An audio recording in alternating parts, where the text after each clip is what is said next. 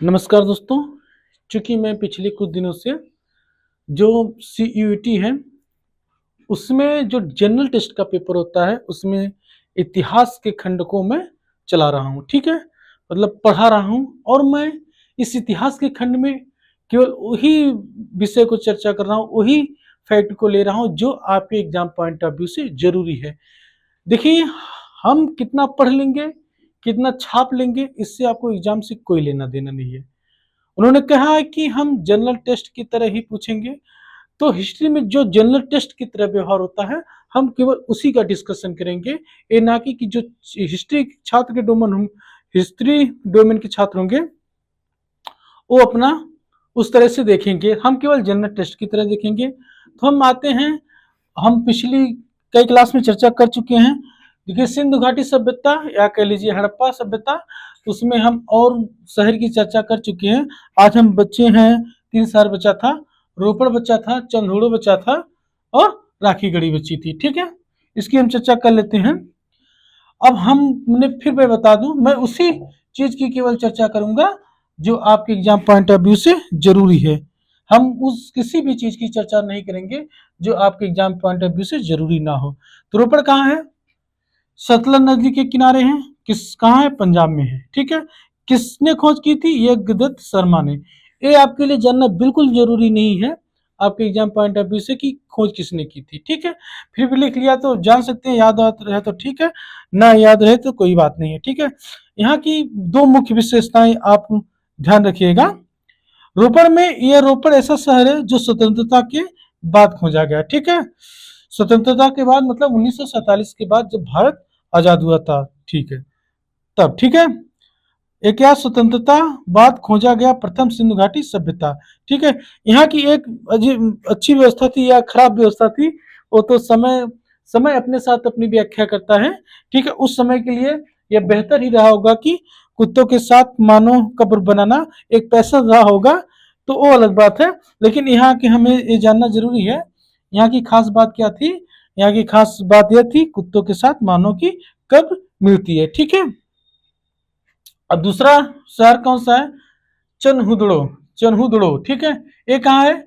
यह सिंध में है, पाकिस्तान में। ठीक है, यहाँ पे हमें एक इंपॉर्टेंट बात यह है, यहाँ आपको यह ध्यान रखना है कि यह एकमात्र पुरातत्व स्थल है जहां वक्राकार ईंटों का प्रयोग हुआ है। यही आपसे पूछा जाएगा, तो यही बात आपसे पूछी जा सकती है। ठीक है, यही बात आपसे पूछी जा सकती है कि एकमात्र स्थल सिंधु घाटी सभ्यता का जहां वक्राकार ईंटों का प्रयोग हुआ है, तो एक कौन सा शहर है? चनहुदड़ो। ठीक है, चनहुदड़ो। इसमें और क्या विशेषता? यह एक औद्योगिक नगर था, औद्योगिक नगर था।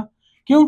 क्योंकि यहाँ भट्ठी मिली है, मनका मिला है, मापतौल के संसाधन मिले हैं, तो इससे अनुमान लगाया गया कि ये एक औद्योगिक शहर रहा होगा। ठीक है, इसके बाद आती है राखीगढ़ी।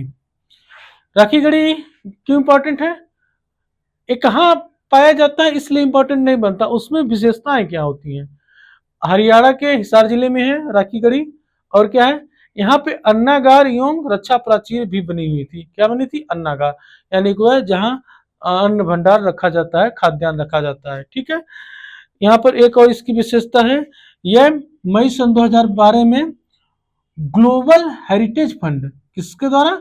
ग्लोबल हेरिटेज फंड ने इसे एशिया के 10 ऐसे विरासत स्थलों की सूची में शामिल किया जिसके नष्ट होने का खतरा है। ठीक है, इतना ही चीजें पूछी जाएंगी आपसे जो मैं पिछली वीडियो में चर्चा किया हूँ और जो आज की वीडियो में चर्चा किया हूँ।